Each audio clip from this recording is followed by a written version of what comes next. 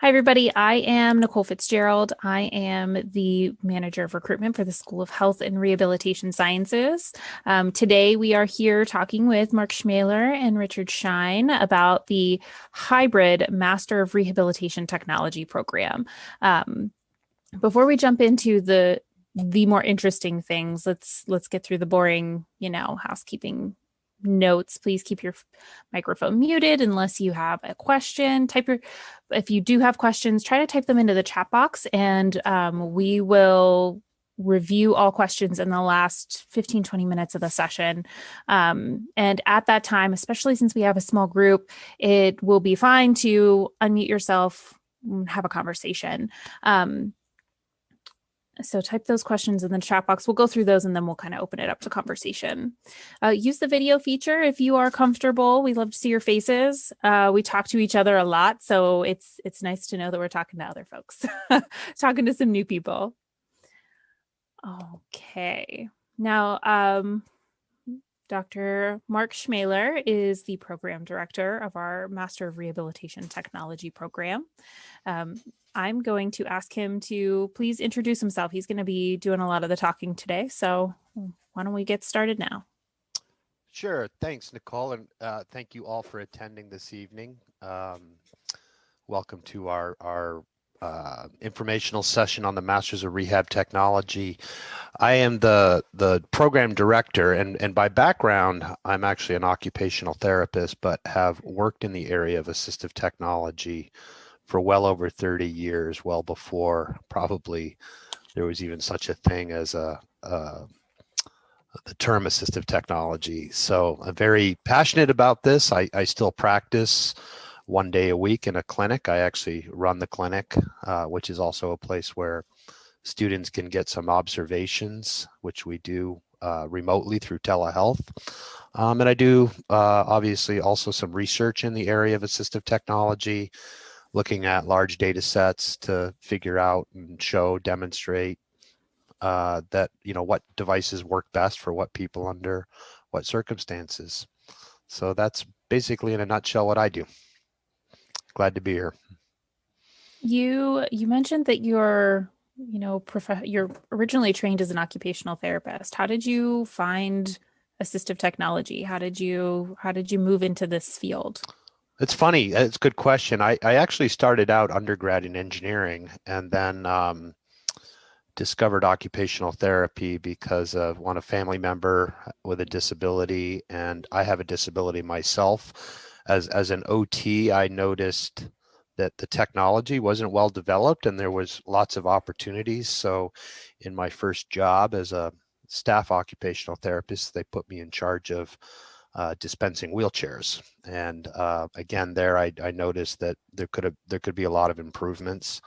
So after about a year or two of working, I discovered graduate school, and the Rehab Engineering and Assistive Technology Society of North America was an organization that I found out about, and that kind of led me into continuing my education. And my master's degree was actually in kind of like an interdisciplinary rehab tech program. So from there, it just kind of took off, and always just kind of stuck with assistive technology. Fantastic. Everyone's story into rehab tech is so different. So I love to hear how everyone has found a way. Now, just a quick rundown of what we're going to do. We're going to do an overview of the program. We're going to talk about what the hybrid model means, a little bit about the ATP certification and why it's so important. Then we'll go through, after we go through the what is this, let's go through the how, how do you get into the program? And then we'll go through your Q&A. So just to give you an idea of where we're headed over the next hour, this is the plan. So Mark, how do you define rehabilitation technology? Yeah, rehabilitation technology is also known, right, as assistive technology. And it's basically any device that a person with a disability may use to improve their function, participate in society. So it can mean a lot of different things. I mean, this photo here is of a wheelchair, which is a pretty complex power wheelchair that is a very common type of device that we work with, but it can mean a lot. It can be a lot of different things. And assistive technology isn't just, all this high tech stuff. We usually try to steer people towards kind of like the low tech, no tech solutions to problems, or to solving problems rather than just jumping right into the high tech stuff. So it spans a pretty broad area. So like I just showed, you saw before, complex power wheelchairs, but just how people access computers, adaptive keyboards, for example, or a mouse can be adapted. I have a visual impairment, so I use a screen reader, for example. I also use voice recognition. I can change the contrast on my settings in my computer. These are all kind of like built-in accessibility features that don't really cost anything. I also use, an Alexa system in my home. Nothing, now it's going off right now, actually, since I said her name. But it just makes my life a little bit easier as far as being able to do things. So it's very broad. We see here some, adaptive athletic equipment, Yep, adaptive gaming equipment. It really spans all areas of yep, life. yep. And people that get into assistive technology, they usually tend to find a certain area that's most interesting to them. So I always say, my area is wheelchair seating and mobility, but I work with other assistive technology professionals. Like you said, Nicole, they do computer access, they do gaming. I'm also actively involved as a volunteer in our local community adaptive sports program. I do a lot of work with the VA and some of their events related to summer sports, winter sports, the National Veterans Wheelchair Games, for example. So now I know what Rehab Technology is. Can you tell us a little bit about the program? Can you give us kind of a high level, what's it like in the Master of Rehabilitation Technology program? Yeah, so this is a new master's degree. It evolved from a pre-existing master's degree that was 2 years, and we condensed it down into this 1 year. It's going to cover a lot of content as far as the courses, knowing like the fundamentals and applications of assistive technologies, how to design devices if something's not available, or maybe something is available and it needs to be modified for a specific need. There's courses related to that. We also want people to understand the customers that we're working with. So there's courses on social aspects of disability, ethics related to professional practice, some research methodology classes. Don't worry, it's not to make you researchers unless you want to go on into that area, but understanding how to use evidence to support the interventions that you'll be providing if you're working in a practice type of area. But it's really designed to be flexible. That was our main priority. We put it online because there were so many people that actually would have wanted to come to Pittsburgh but couldn't for different reasons. And we also learned over the years through a lot of continuing education that we have been doing that online education works very well for, knowing the didactic stuff. But there is things you actually have to touch and feel and work with, and that's why it's a hybrid program where you would come to campus once a semester for 2 days and do all of your lab activities. When you finish your 2 semesters, then you go off to do an internship and write a scholarly paper. And that's again for people that want to get it all done in 1 year. But some people do work part-time because they have other responsibilities, and they'll do it over 2 years or 3 semesters or 6 semesters. It's pretty flexible that way. So you mentioned that you do research and you work with others who are doing research in different areas. How you mentioned how the department is involved in continuing education, how there's students interested in this program from all over, but maybe not able to come to Pittsburgh. What's the draw? It sounds like there's faculty are really involved and the program maybe is well known. Mhm. Yeah, we have I don't remember how many faculty we have in our department, but it's well over, it's at least, I think, close to 30. And we each kind of have our own different area of research, expertise, experience. We have a a couple of people that work just on skin biomechanics. So pressure sores are a big problem for people that don't have sensation. And we try to understand a little more about why they happen, how they happen. We do some product development for example. Some have fun, and most of us are funded by different, funding agencies like National Institutes of Health or National Institute on Disability. Um, so product development for people who like that area. The research that Rich and I do is really about health systems and health policy. So how these devices are paid for and procured, how they're delivered, or we look more at like processes more so than we do like device development. We look at how things break and how can we make them better so that they don't break as frequently as they do.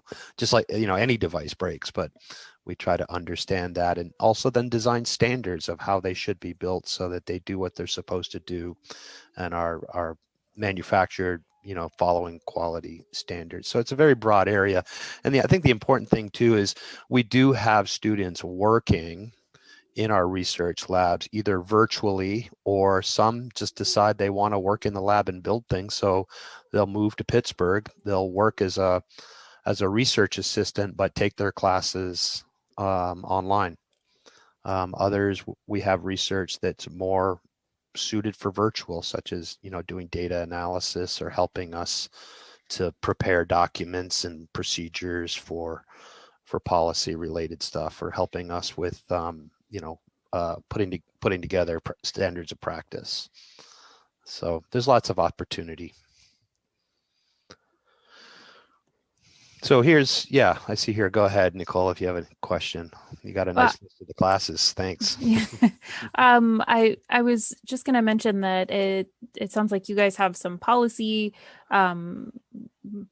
focused research. There's some policy based classes. There's some biomechanics electives.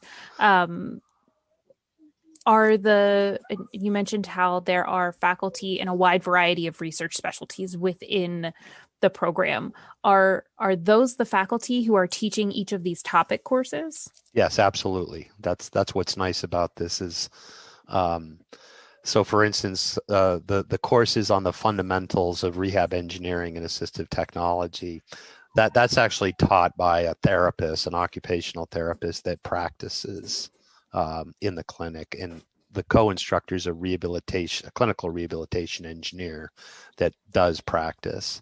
When we get into some of the design stuff, and again, we're not making you manufacturers, but we're giving you the foundations of how stuff is designed. That's an engineer that does product development. Our psychosocial or aspects is actually taught by an engineer. He has a disability, so he talks both from his perspective as well as a broad overview of the disability rights movement. Like I said, Rich and I are into policy and management and processes, so we teach that class. So all of the instructors are well versed in that specific area of assistive technology. So it's a great opportunity to have people that actually do the work, not just teach it.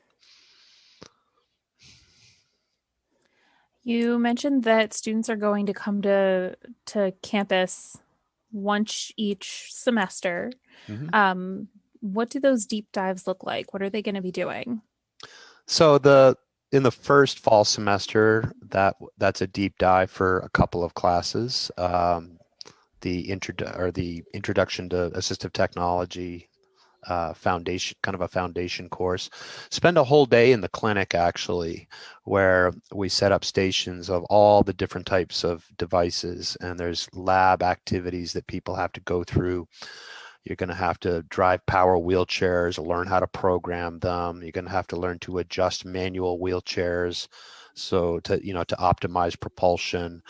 You're going to look at different cushions for wheelchairs so that you understand how it manages pressure and how we can map pressure. Communication devices, you'll have to go in and set them up, do some programming. And you don't have to do it on your own. There are lab instructors there to walk you through it and help you with the process. the computer access and or smartphone access type things. So there's a lot. It's just basically a full day of just fun hands-on activities. And then the other one is, the second day would likely be uh, you'll be working off online for most of the semester, and then you'll come to Pittsburgh and you'll be able to work in our design lab to actually build something or modify something that you've talked about over the semester for a specific, individual need, for example. So it's just a good opportunity to kind of condense what would have been taught, in a lab every week for an hour or two, just gets all pushed into like a 2-day lab right on campus. Sounds like a lot to fit into 2 days. Yeah, it is, and maybe we'll find out that it'll be 3 days. But we just had to do it this past year because of COVID. We moved our online curriculum that we were planning to start this coming fall of 2021 actually got started in the fall of 2020. So, which was fine because we were getting ready to do this anyways. And like I said, we've done a lot in the area of online continuing education. So. And those 2-day deep dives won't be the only hands-on experience they get while they're in the program. Do you want to talk a little bit about the clinical internship? Yeah, so when the students are done with their sort of didactic classroom lab work, there's a 240-hour internship that has to be done. And again, the placements for those can be pretty much anywhere the student wants to go that we have an arrangement with. For example, the Veterans Administration, which is a fairly large hospital system in the United States, there are VA hospitals spread out around the country, and many of them have assistive technology labs or clinics, very similar to our clinic at Pitt and UPMC. And actually, some of those labs are actually run by alumni that graduated from this program. So there's the VA, there's a lot of hospital networks around the country that have assistive technology programs. Again, many staffed by our alumni. There's research placements if people wanted to do, product development, for example. There's manufacturers in different cities, locations. We work very closely. Again, alumni are in those places. There are some of our graduates and colleagues have startup companies that are always looking for interns. And then obviously industry is a big area for internship. Suppliers, typically this assistive technology is not necessarily sold by us from out of a hospital, but we work with a third-party supplier that hires the ATPs to help put this together and deliver it, maintain it, follow up with the clients with it. So National Seating and Mobility is one of those companies. They're nationwide. New Motion is nationwide, and then there's a network of independent providers that are part of this group called US Rehab. So if you live in Los Angeles and you want to stay in Los Angeles, we'll find you a spot. If you live in Pittsburgh and you want to go to Los Angeles, we'll find you a place, and vice versa. So it's pretty wide open. I'll also mention that some of our students already work or have been hired as co-ops at a lot of these places. So they're working during the day at these same locations, getting paid, and then taking their classes online. And most of the classes are in the evenings, so that makes it conducive to work during the day. You said something that kind of stood out to me. We'll find you a spot. So you're Yeah. telling me students are connected with a clinical internship. You guys will work with them or find those placements for them. They're not responsible for finding their own placements. It can be either way, and I really should defer to Rich on this because he's the field work coordinator, and he's done a great job over the last couple of years of setting up sites. And I'll let him talk about how many sites and where they are. Yeah, thanks, Mark. So good evening, everyone. So like Mark said, so one of the jobs that I do have in the department is to assist the students with their clinical internship. And as Mark noted here, we have pretty much doubled or tripled the amount of locations that we've had based on moving this program into a different credits and also this hybrid online. And so the industry contracts are master contracts. And so, like Mark said, NSM and NewMotion have over 100 locations, at least here in the United States, that if a student is interested in that kind of a role, there's obviously maybe lots of openings. As Mark also mentioned, if there is a spot that we're not familiar with, that's where I would work with the student. And if there's a specific site that is of interest, it does not take very long to get that site under a contract. And so that's a process that I work with people like Nicole in our dean's office within the school to work out the contract arrangement between the university and that site.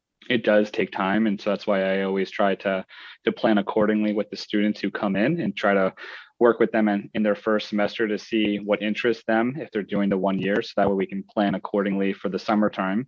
And like Mark said, we have a vast network of individuals, both nationally and internationally. International contracts are a little bit different. They take a little bit more time to manage, but that is something obviously that we know we have to consider as well. But again, you really are working with our esteemed network of faculty and staff that can really find a placement of interest that's going to benefit you and benefit you long term. And so that's something that we pride ourselves on in this program and in the department. Yep. I think that's true of the school. The Yeah. school as a whole is so flexible and really interested in making sure students are getting the experiences in the area that is most interesting to them, which is always really wonderful. Mm-hmm.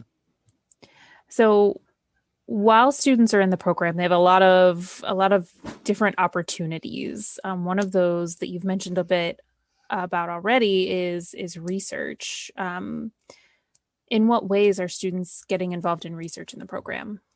So some of our students, like I said, are in Pittsburgh, and they're working directly in a lab and taking the classes online at night or afternoons. So one lab, as I mentioned, is like the tissue management or tissue integrity and management lab. So they've got a student working there. Rich and I have a couple of students working for us on our large data who are, one's actually in Columbus, Ohio. The other one is in Denver, Colorado, but they're participating virtually in these activities. So, and then we have some international programs, like I should have mentioned earlier. The International Society of Wheelchair Professionals is an organization housed here at the university that supports service delivery related to wheelchairs around the world. So they're involved also in some online support, education, and also collecting data on what are the outcomes of the different programs in less resourced countries. So, and these are typically 20-hour a week, but they're flexible. You could work anywhere from 10 to 20 hours a week, whatever suits your schedule, and you get paid to do that while you're going to school. So that's sort of the research grant approach to funding our students. And that key word, funding. Yeah, I know you've got some other opportunities as well. Yes. So affordability was also a big reason why we sort of reinvented, created this new 1-year master's in rehab tech. We also give out scholarships to students who apply for them. I believe they're about $5,000 a piece. The eligibility requirements are basically, financial need. But I think more important is, people who have demonstrated commitment to assistive technology, have been involved in providing some kind of activity or service. And it's also to promote diversity in our profession. But I encourage anybody who applies to also complete the scholarship application at the same time. So, yeah.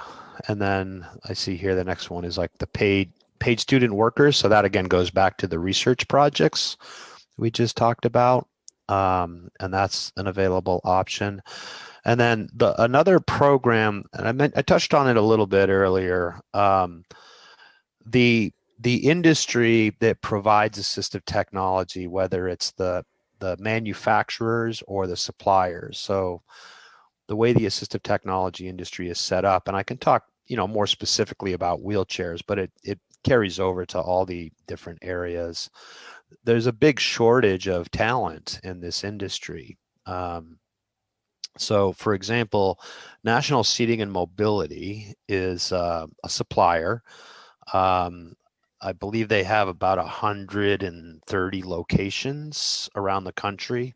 They're in most major metropolitan areas, but they pretty much cover, the 48 states. I believe they have a branch in Alaska, and if they don't have one in Hawaii, they're probably going to have one soon. They like the idea, and we've tried this with 3 students this year. They just hire them as co-ops right away and pay them, I don't know how much they pay them, but it's reasonable, maybe $15 or $20 an hour.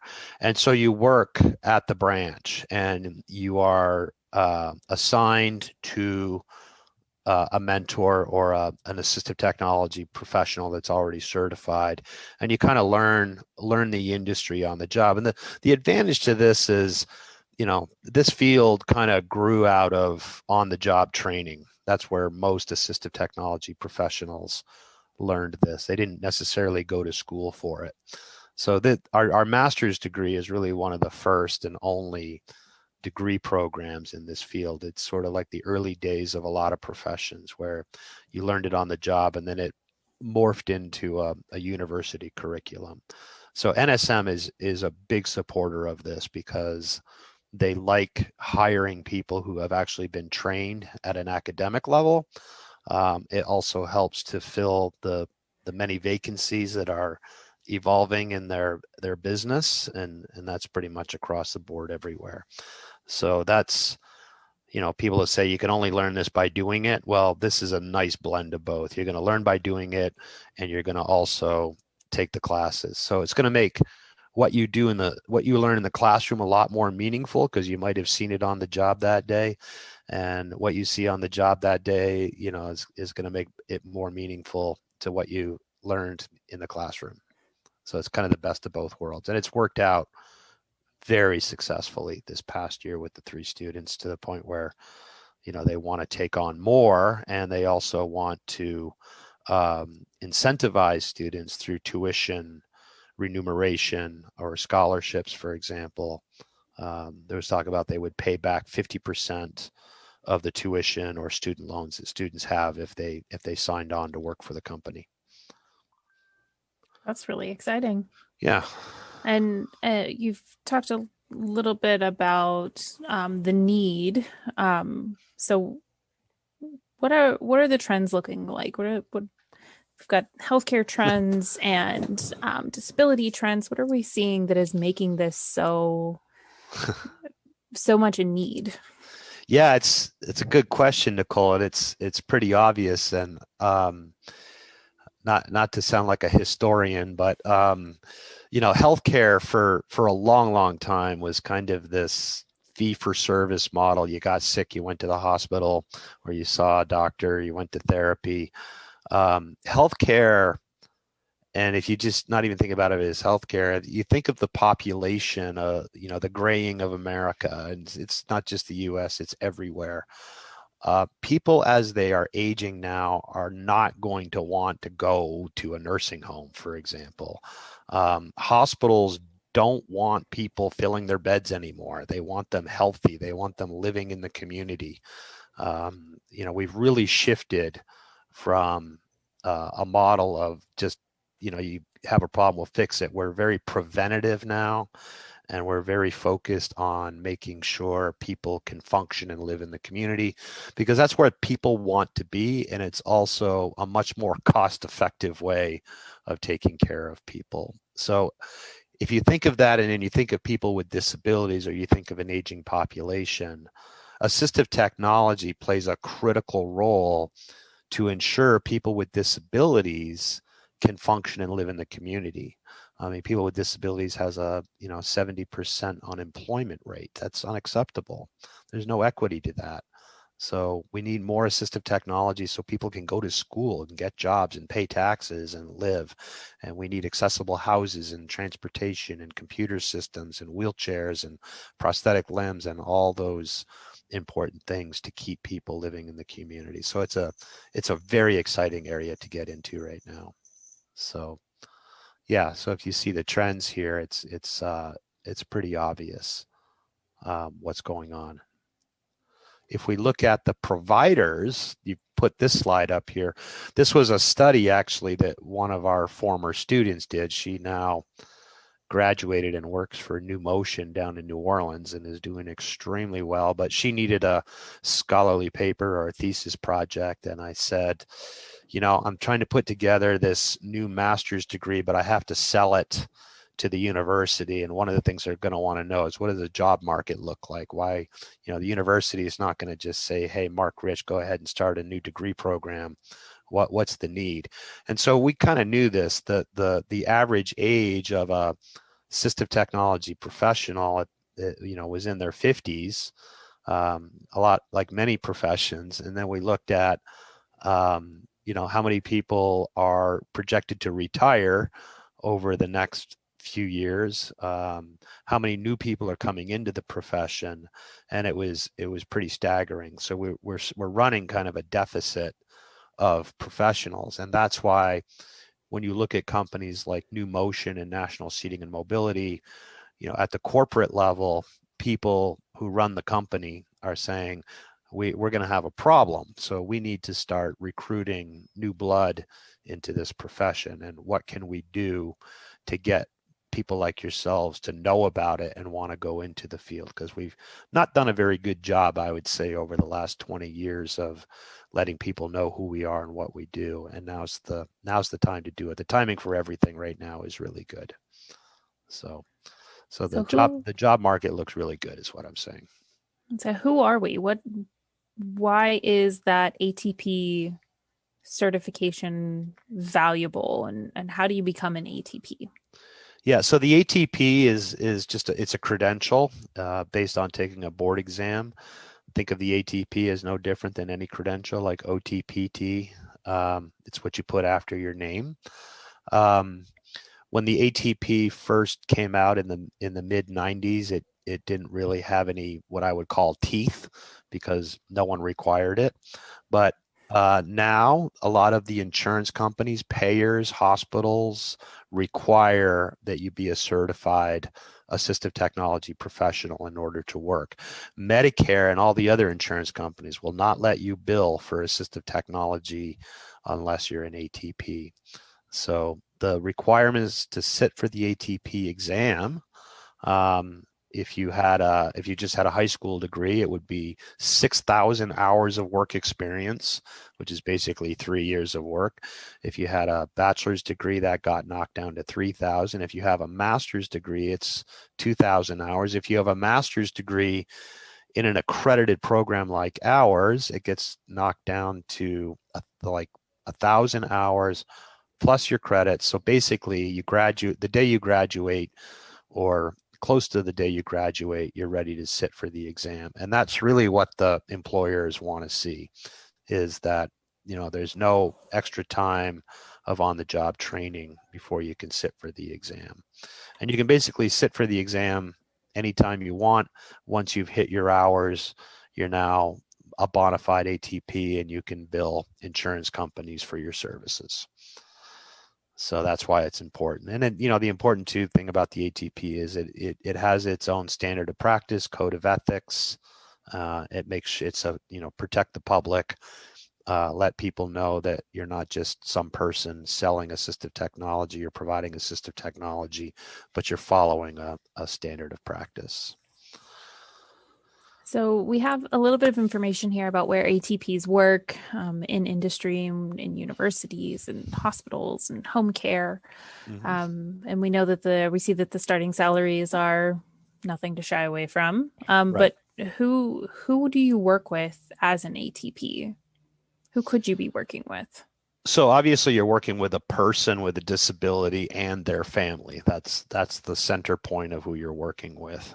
And that's the most important person because they're the ones that are going to be using the device, and you're going to be the one to make sure that device is the right device and that device is properly maintained and repaired and managed through kind of like the life of the equipment, and you need to know when to replace it.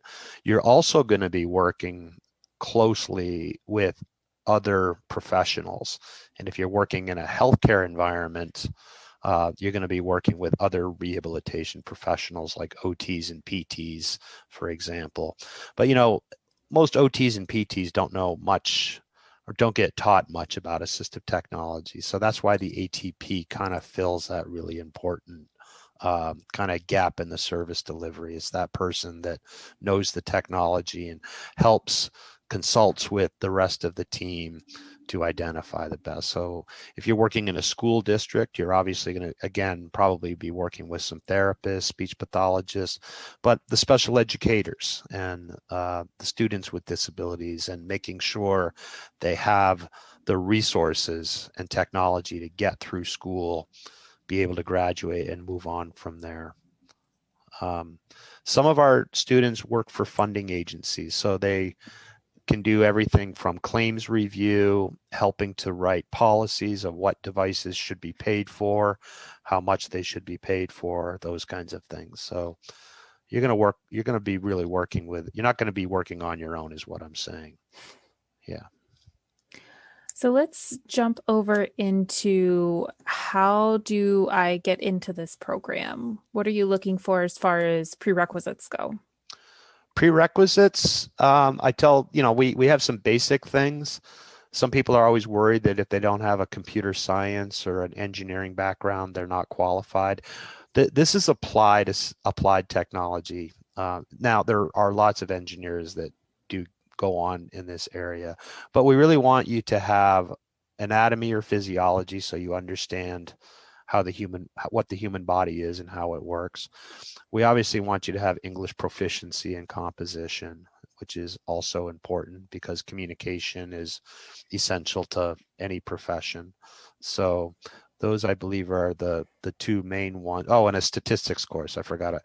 Yeah, stats, because we want people to have a functional knowledge of a lot of things related to stats, and research being one of them, because there's this thing called evidence-based practice, and we have to be able to show and demonstrate the effectiveness of equipment, and a lot of that is done by research studies. And if you're a practitioner, you need to be able to read those research studies and decide whether the results are applicable to your particular person you're working with. So that's basically all the prerequisites. And if you don't have them, we don't discourage people from applying. But like anatomy and physiology, we recommend that you probably take that at some point while you're in the master's program. And you can do that online. You can do it at Pitt if you want to, or some of our students just take it as an online course at a community college. So, but English, we expect you to have that. Same with stats, and I think most undergraduate programs now have stats buried in it somewhere. So it's pretty straightforward.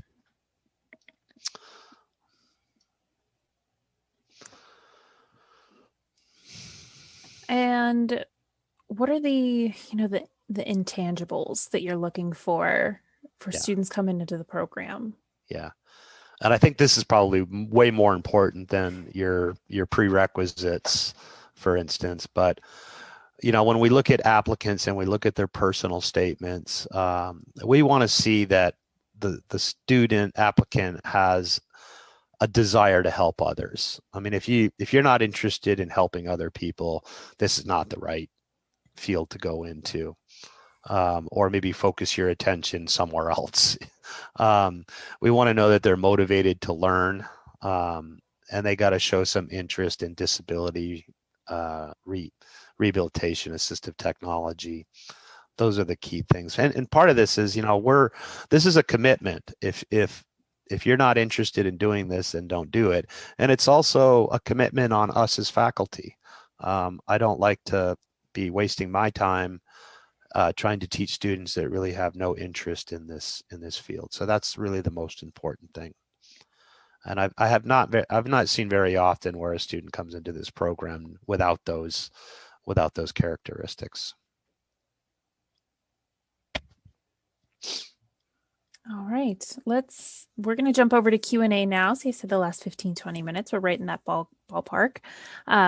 Let's start with the questions in the chat and then we'll open it up for conversation. True, let's all unmute ourselves and have a conversation. If anything comes up and you want to just type those questions into the chat, that works as well. We had the first question was how many credits is the program? And Rich answered that one. Thank you. It is 35 credits. How are the class dynamics in agreement with online modality? Very good question. So we've all, those of us that teach in this curriculum, some of us have been doing online education. I think I did my first online webinar in 2007. So we do apply a lot of pedagogy and process knowing that it's online. So we know that, and I think many of you, like it or not, got kind of thrown into online education this past year because of COVID. And in some instances, it's worked very well. In other instances, it's kind of been a disaster. I know my own children with being in college and one in high school, it was very challenging because the instructors just didn't understand it and weren't ready for it. But we do apply a lot of the best practices associated with online education. I mean, I can give you examples of, like, we'll have a topic.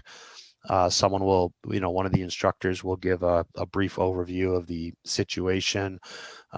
We split up into groups. We have discussions. We have moderators in those groups. But we really have to go the extra effort here to make sure that people are engaged throughout the process. The other thing I will mention too, and I think it's important, as a clinician, our team of clinicians that also teach have been involved in the investigation of telehealth as it relates to assistive technology, again, going back more than 20 years ago.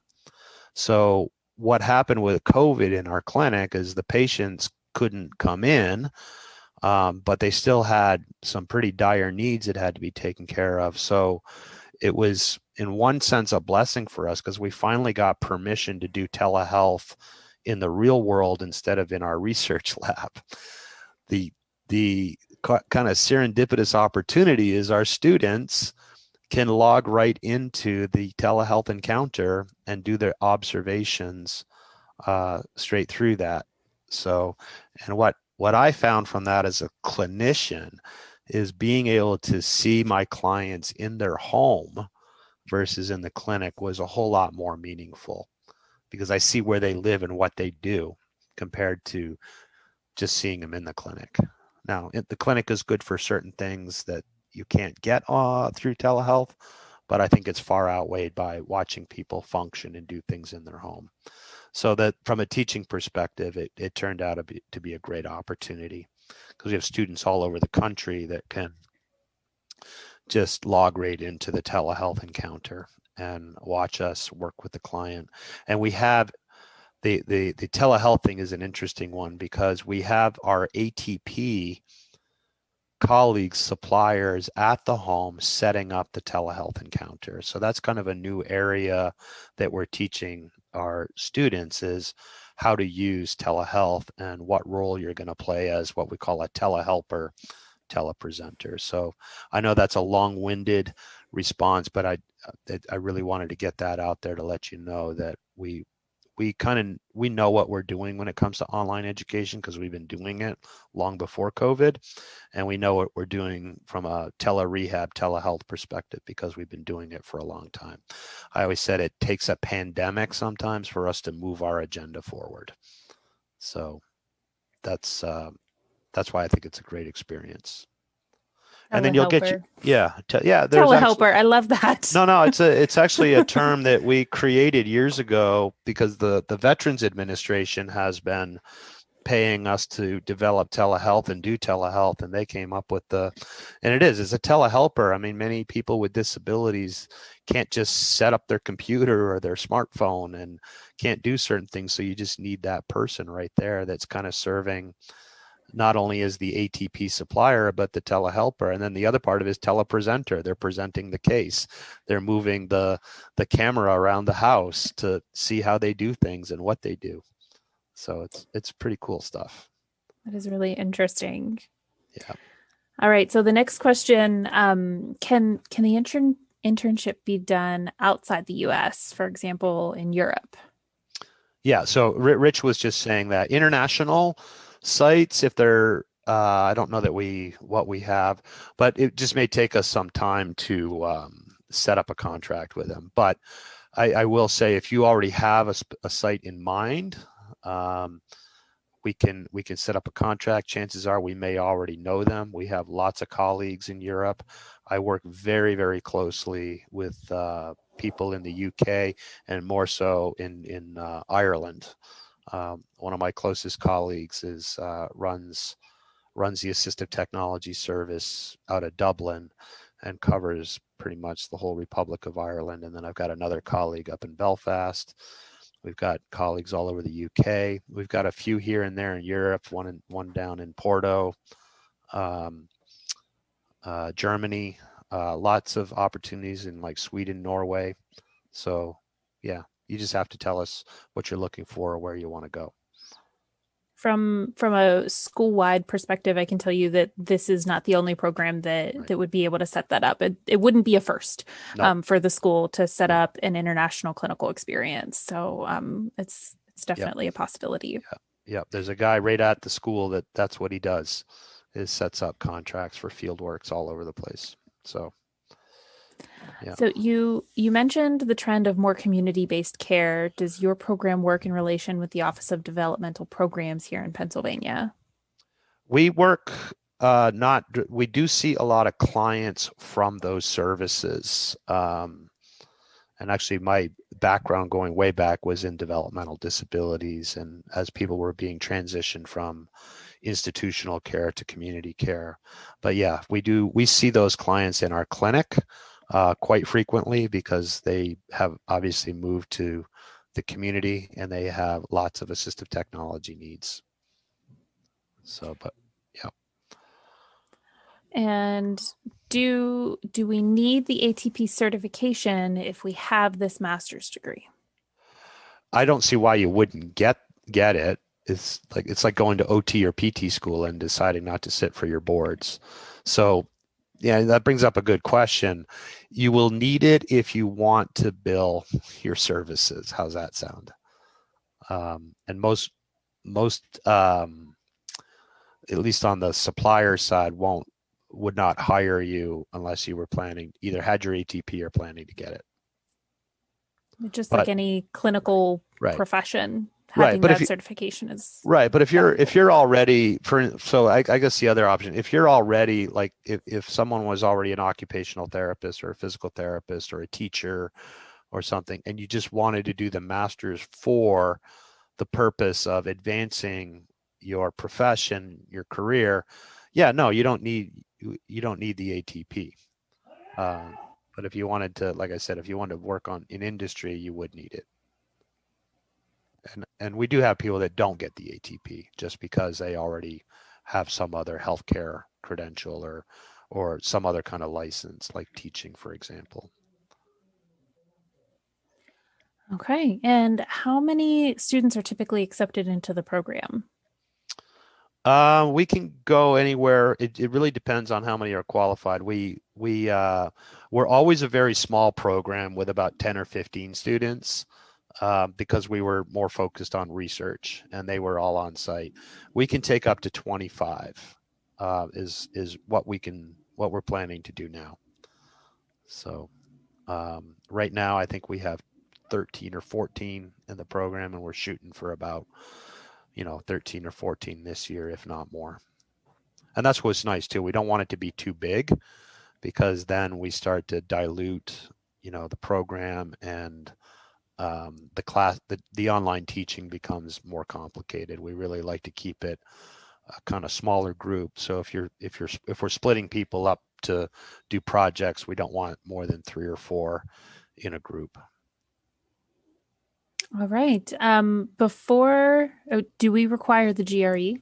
No, I don't. Nicole, you can confirm that. My understanding is the GRE is, I'll just say, thank God the GRE is not required. I have my own opinions about some of those tests, but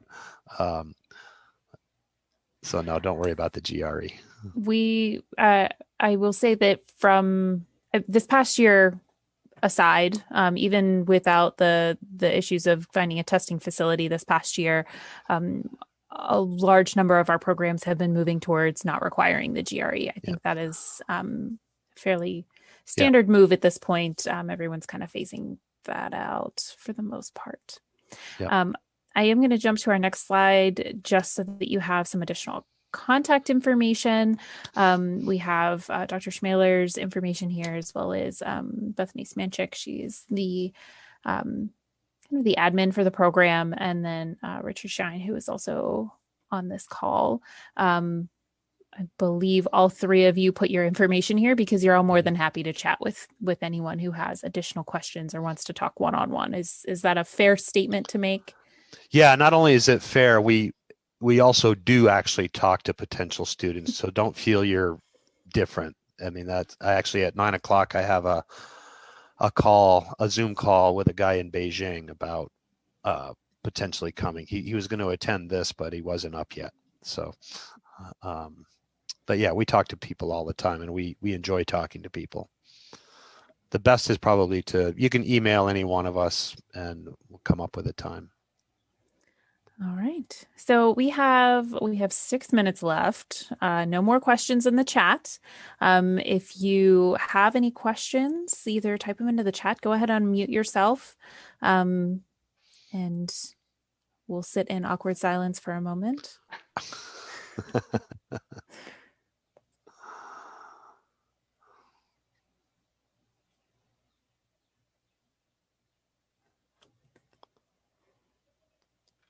Hi, my name is Courtney Sargent, and I was just really curious as to what you guys feel this program has brought to people with disabilities, and more so that are already in provider settings. I know you mentioned you worked with the Office of Developmental Programs.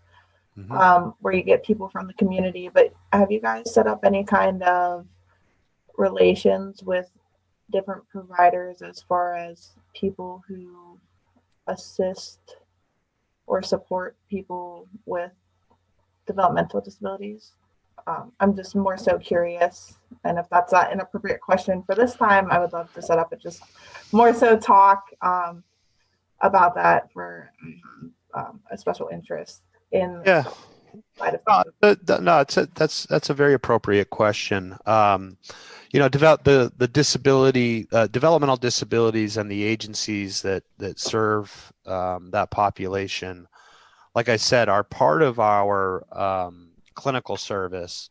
So, the clients do come into Pittsburgh to our assistive technology clinic, whether it's for, a lot of it is for wheelchair seating and mobility services, but so just naturally they become part of our curriculum also. And as far as what the ATP has done, I mean, I can talk from 30 plus years of clinical experience. I mean, when I worked in state institutions in the mid 1980s, it was kind of sad what kind of assistive technology we provided back then and what kind of services were available. And wasn't anybody's fault that we just didn't have it. I look at what we have now, and I can reflect on what we did 30 years ago, and it says, yeah, we've really advanced. As far as research studies and outcomes, I wish we studied that better. I will tell you that we used to see some some very terrible postural deformities Mhm. that I just don't see them as much as I used to. And I think that has a lot to do with early intervention, has a lot to do with people being more astute, I guess, of what they're doing and making sure that, we provide them with the proper positioning and so forth that we maybe just didn't have to our disposal back then. So I think it's made a huge difference. And I mean, I'll tell you myself as a person with a disability, the technology I have today, which is still nothing is near perfect yet, but it's way better than what I had going to high school and college. Yeah. I can get things done a lot faster with advent of the computer, as long as people continue to make sure the software and operating systems are working. So I don't know if that helps. Yeah, no, that does. Thank you. Yeah. You mentioned that you don't see as much like study and research in that area now. Is that like potentially if you had a future student who got into the program and wanted to explore Yep. those aspects of things, is there room for opportunity to really kind of, I guess, branch out within your guys' like realm of research and different studies? Oh, I can't hear. Mark, I think we lost your audio. Yeah, Mark, you're sitting on your mute button probably. Yeah, you're right. I was. So I always do that. That's just a badly designed technology. So I was saying, yeah, there's definitely opportunities. Students have to do a scholarly paper. So we always say we can either give you a topic or you can come with a topic. The only thing I forewarn you is what you're describing could become a very big bite. And you just have to find something very specific, because you got to get this done in a summer semester. If you really wanted to dive into that, the one nice thing about this program is it can transition to a PhD very easily. So that's where we get into, in the large data that we look at right now, we have people in there that do have developmental disabilities. Mm-hmm. But the sample size is not as big as, say, our spinal cord or stroke, brain injury, which tend to be more common conditions that we work with. But yeah, definitely. Great. It's definitely worth a lot of more investigation. And I philosophically support it. So because I like that population. That's where I started. So. And Mark, I think you can also highlight that, we're one program within the school. And like Nicole said earlier, is that we work collaboratively across many of the other programs. And so there's a clinical mental health rehab counseling program within the school that has some different programs related to more precise of the developmental disability aspect of it. There could be some OTs, occupational therapy faculty also who have a little bit of a vested interest in that too. And so we would encourage us to reach out to those types of faculty or research that, could potentially help do volunteer work or even help you guys with that scholarly paper. So I think if there's a niche and an avenue, we can kind of put you forward into those people as well. Right. Western Pennsylvania School for Blind Children's right down the street. There's a lot of development. Yes, it is. So, and we work very closely with them. Actually, nice. many of our students do volunteer over there and do internships over there. Nice. Yes. Yep. Thank you. Yep.